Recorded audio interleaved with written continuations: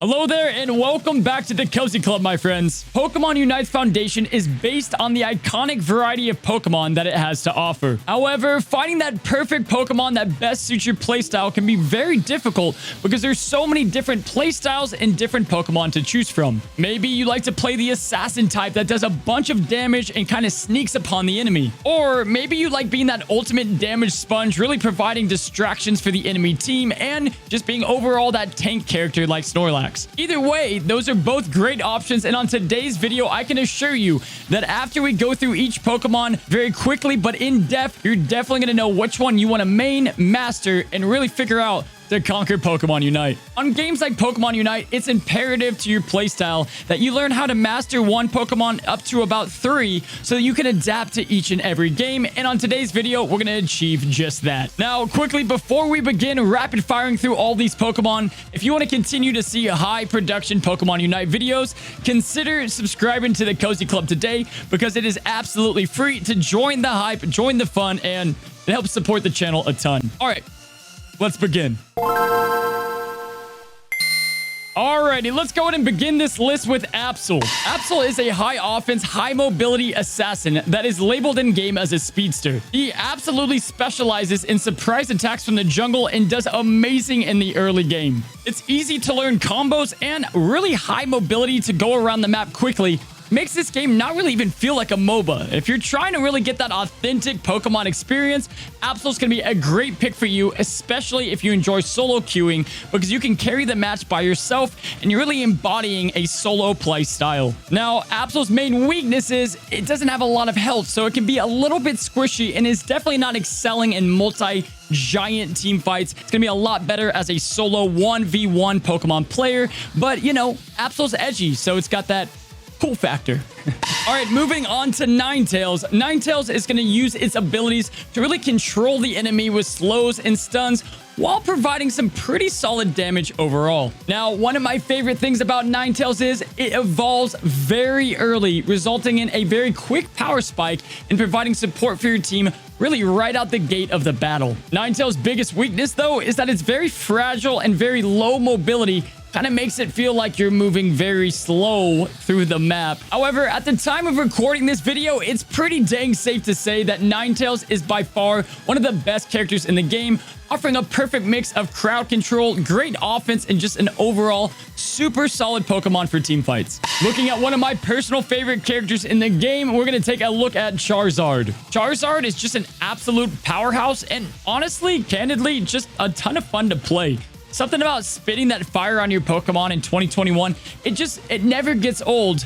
However, Charizard does have some noticeable weaknesses, and that's going to come from its climb up to Charizard. Charmander and Charmeleon, although they can really kill a lot of enemy Pokemon pretty quickly, just lack anything that resembles mobility. So you want to make sure that you equip an item that just helps them get around the map a little bit quicker, because you're going to really want to rely on the jungle when you're playing Charizard and trying to help your teammates out. You're going to waddle around and not do too much in the early game. But who are we even kidding? You know it. I know it.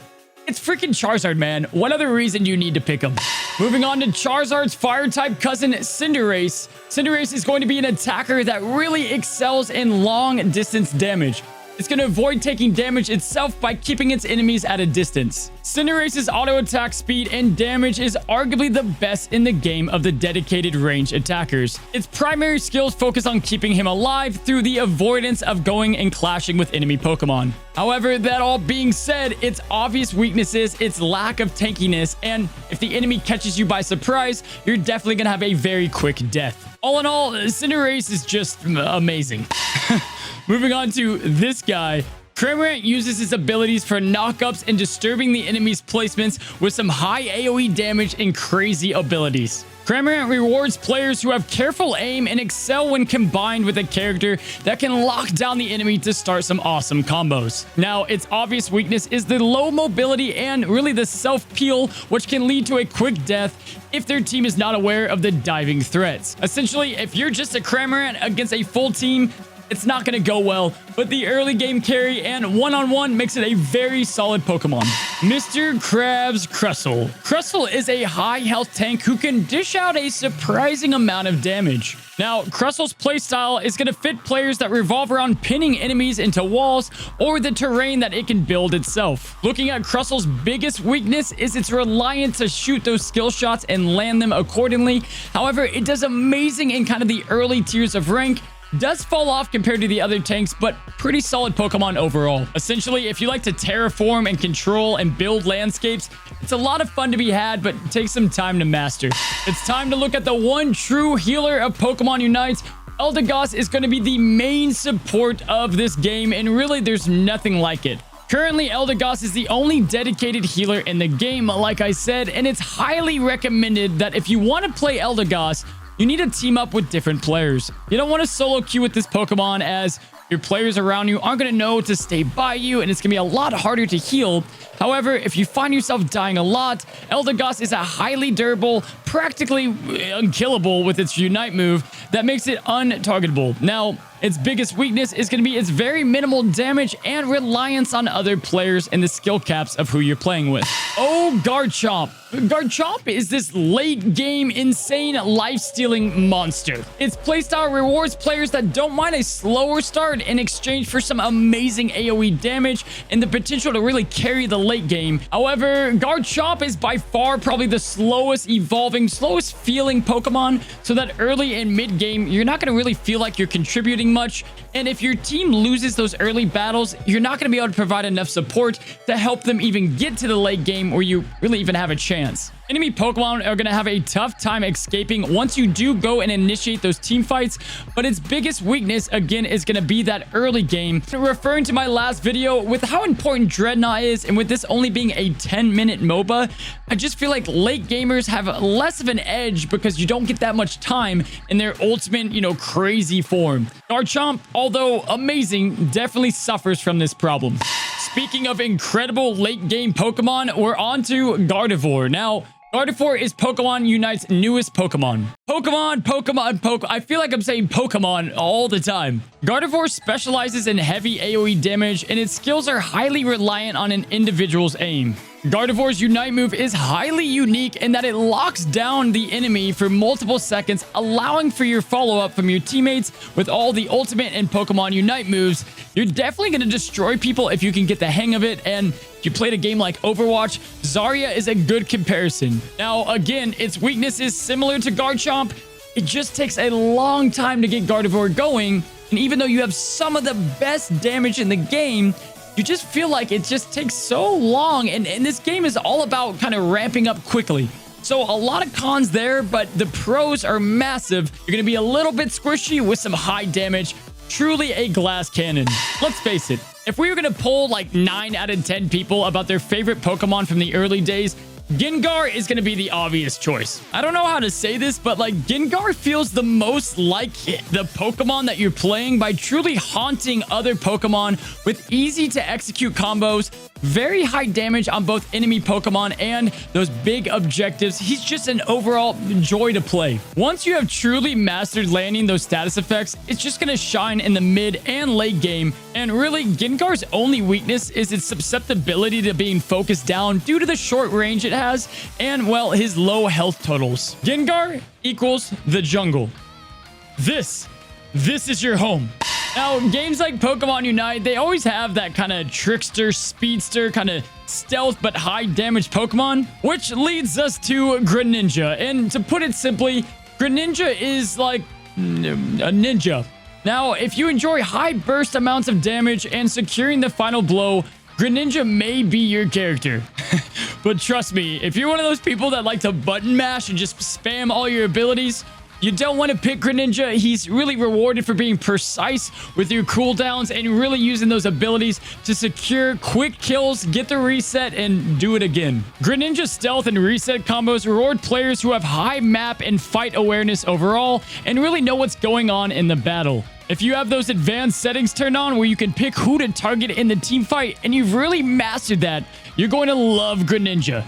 Now, Greninja's biggest weakness is its suboptimal Unite move.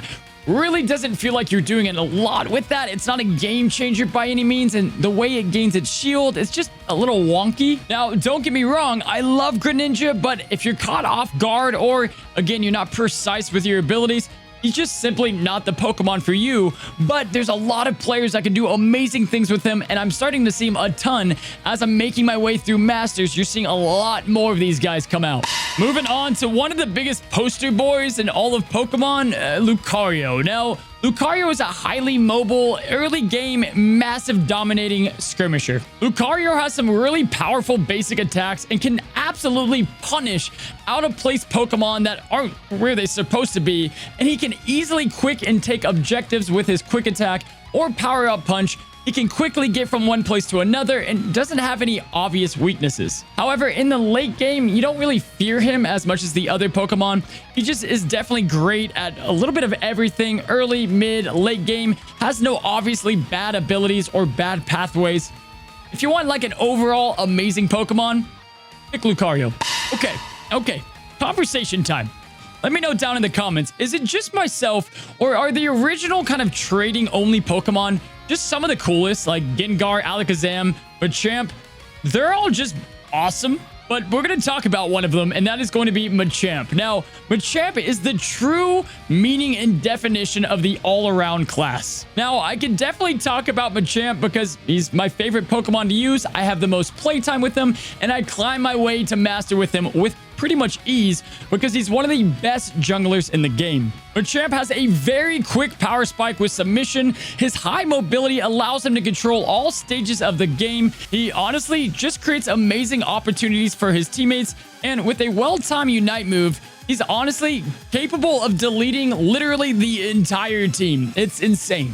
While playing Machamp over and over again, really the only glaring weakness that he does have is he's a melee attacker, so any range attackers like Ninetales especially really can do some big time damage to Machamp.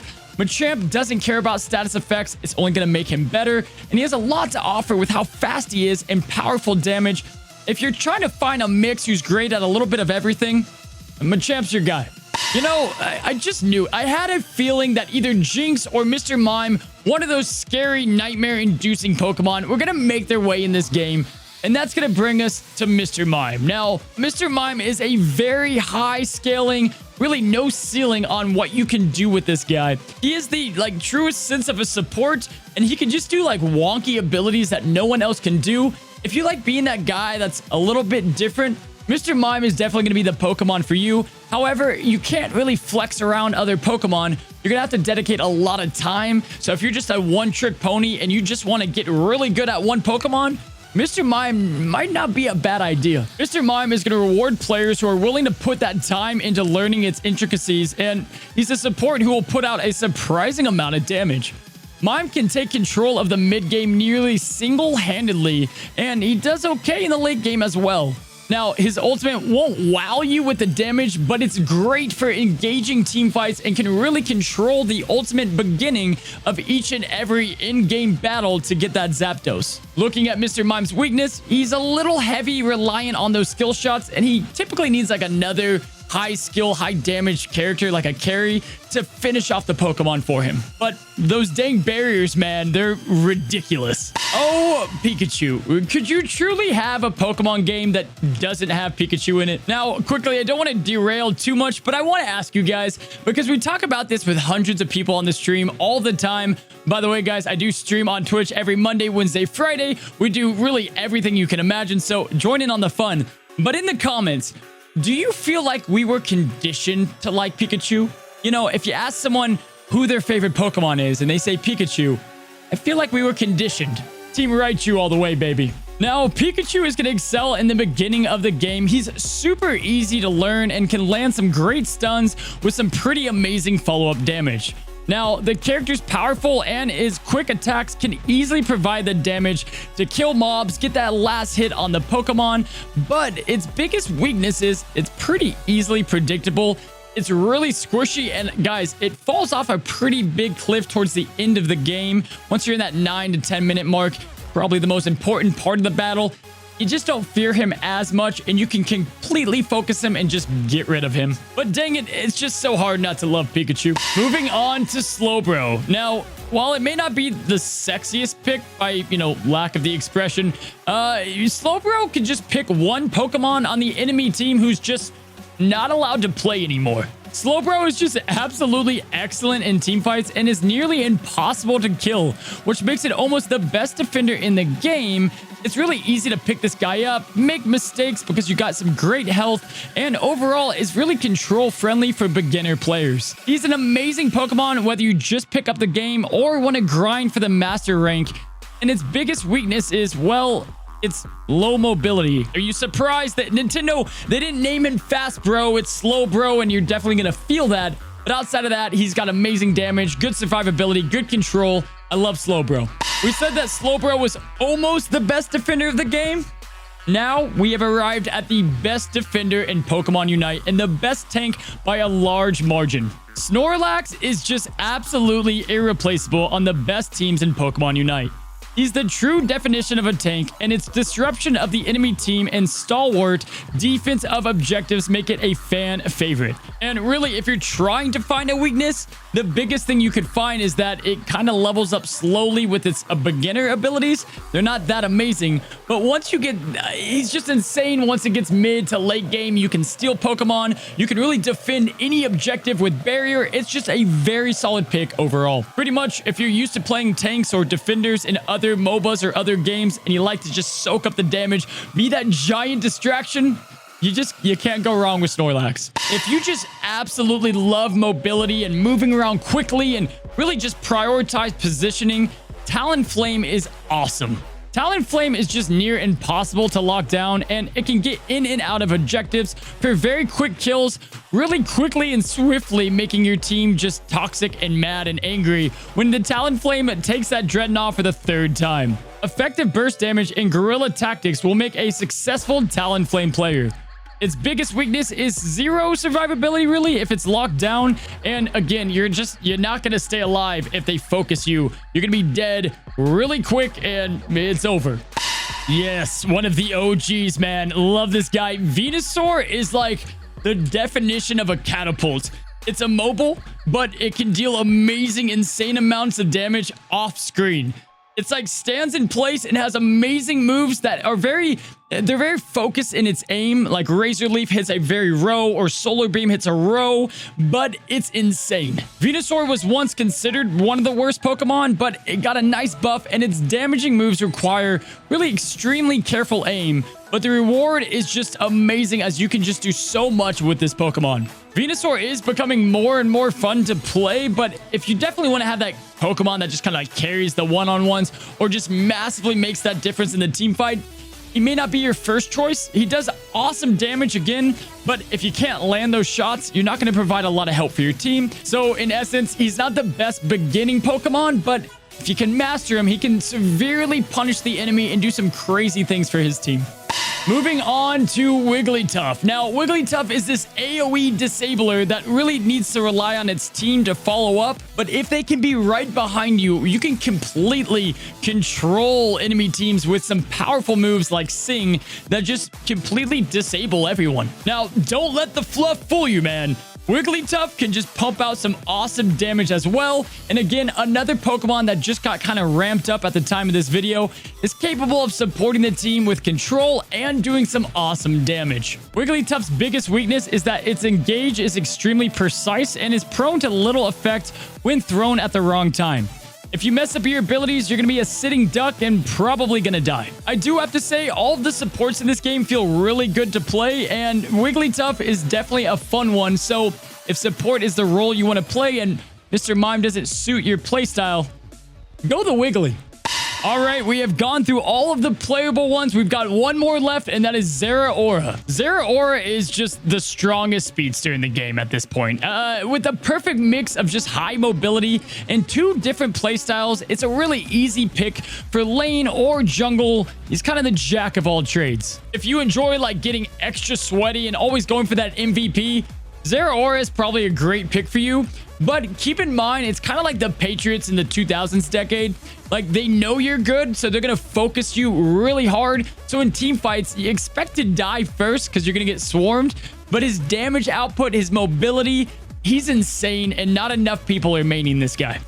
Whew. Alrighty then, guys. We went through every single Pokemon in the game, giving you guys a quick in-depth analysis about every single one. Now, I'll give it to them. They made a pretty well-balanced game, and really you can climb or really destroy with just about any Pokemon. So it's up to you ultimately what playstyle best suits you as a player, and you really can't go wrong. Like I said in my last video of the mistakes and the things that I wish I knew before playing, try out each and every Pokemon, really get a feel for each one, and you're going to learn them in the process when going against them.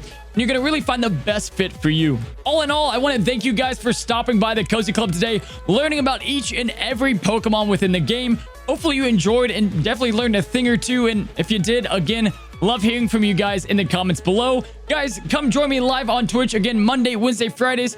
If you haven't, press that red subscribe button. It really helps support the channel. We're going to have a lot more Pokemon Unite videos. And until next time, stay cozy.